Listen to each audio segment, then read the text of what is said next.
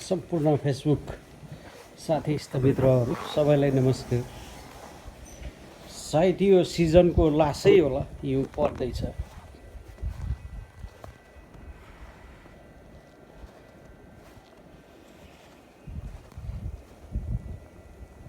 यसरी हिउँ परेछ हेर्नुहोस्, रातिको बेला भर्खरै कामबाट सुतेर घर झऱ्यो।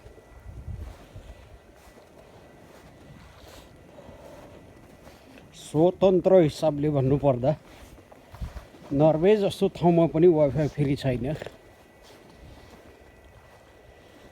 मोबाइलको डाटाले काम गर्दैन चिसोमा। 2-3 मिनेटपछि ब्याट्रीले पनि काम गर्दैन मोबाइलको। तर नेपालमा हाम्रा केपी ओली सरले चाहिँ नि वाइफाई फ्री गरिदिन्छु भनेर भन्नुभएको छ। चुनावमा जित्यो भने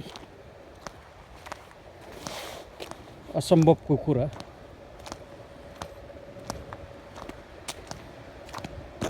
घर घरमा चाहिँ नि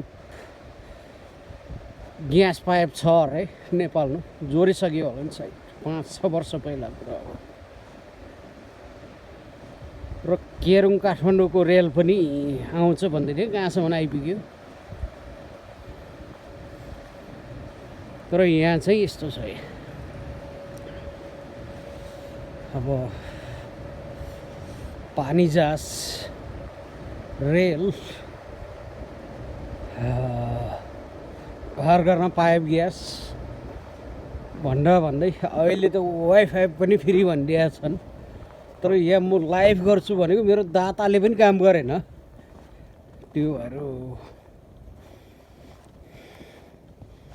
भिडियो खिच्दैछु।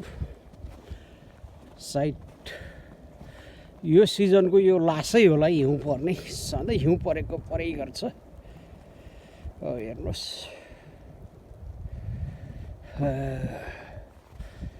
म चाहिँ नि 30 मिनट पहिला आएँ। तर मेरो घरवाली अनि मेरो गृहमन्त्री र हाम्रै तलमा बस्ने 2 जना बहिनी, एउटा भाइ अझैसम्म आएको छैनन्। बल्ल मेट्रो चढे अरे। हेर्नुहोस्, यस्तो अप्ठ्यारोमा छ पैसा। हेर्नुहोस् रहेछ। अब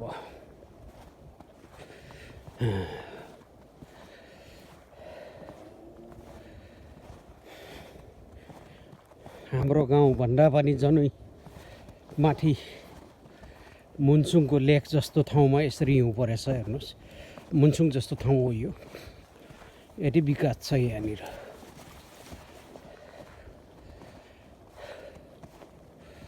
तर हाम्रो गाउँमा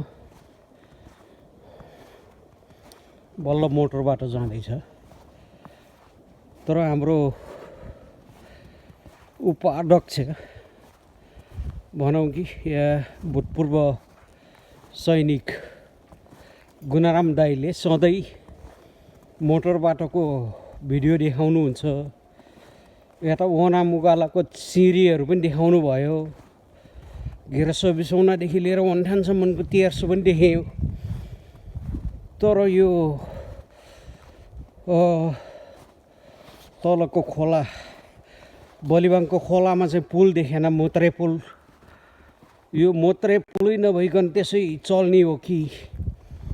या त मोत्रे पुल त 3-4 महिना पहिल्यै हो बन्यो भनेर चाहिँ पत्रकारहरू, युट्युबरहरू, लोकल न्युजदेखि इन्टरनेसनल न्युज सबैले दिएको। तर त्यो पुल चाहिँ नि कहिले पनि देखाउनु भएन उहाँले।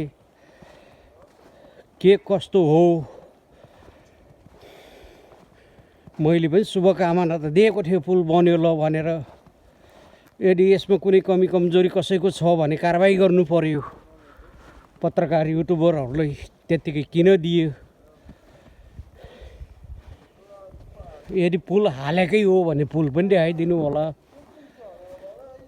उपाध्यक्षज्यू। हेर्नुहोस् यहाँको यति साह्रो भन्दा फेरि मलाई चाहिँ नि कुनै त्यस्तो तोगाइहरू आउला फेरि। र त्यस्तो हो भने यही उसमै भन्नु होला मेरो कुनै कमी कमजोरी छ यदि मोटरे पुल मैले नदेखेकोमा। हाम्रो गुर्जा गाउँ दुर्गम क्षेत्रमा मोटर बाटो जाँदैछ, खुसी छु। तर मोटरे पुल देखेन, बढाइ खाइसके सबैले। तर के भयो?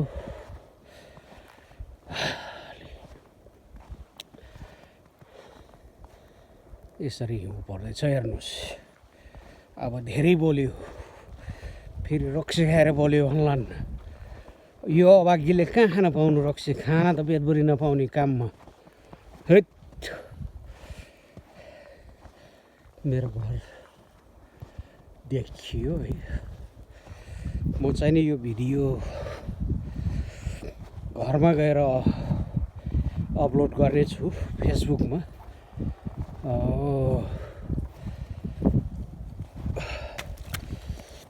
किनभने मोबाइल डाटाले काम गरेन, यहाँ वाइफाई पनि टिप्दैन।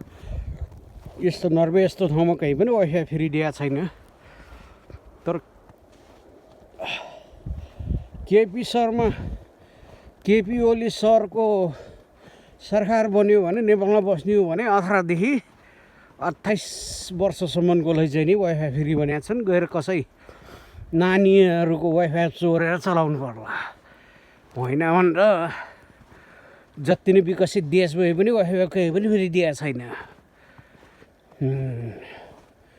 एउटा स्वतन्त्र हिसाबले भन्ने हो भने, किनभने म स्वतन्त्र छु, जस्तो पनि बोल्न पाउँछु म।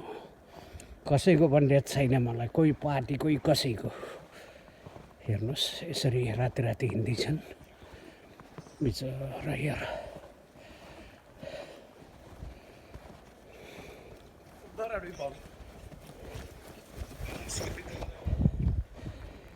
नेपालमा अहिले आधा रात निन्द पुऱ्याइसक्यो होला नि, 11:30 भयो होला। यो भनेको हिउँ फाल्देको यताबाट मान्छे जानलाई। ओहो यस्तो छ, चिसो छ, चिसो। कति डिग्री माइनस कति छ त्यो त मैले हेरेको छैन। हेर्नुहोस् अब म पनि घरमा आइपुग्यो। यसरी हिउँ पर्दैछ हेर्नुहोस्।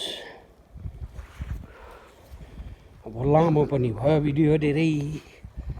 अब मैले राखेँ, के बोलेँ त्यसमा माफ गर्नु होला कसैले मन नपरे। के कस्तो गल्ती कमजोरी भयो के कमेन्टमा गर्नु होला। हस्त धन्यवाद सबैलाई, नमस्कार।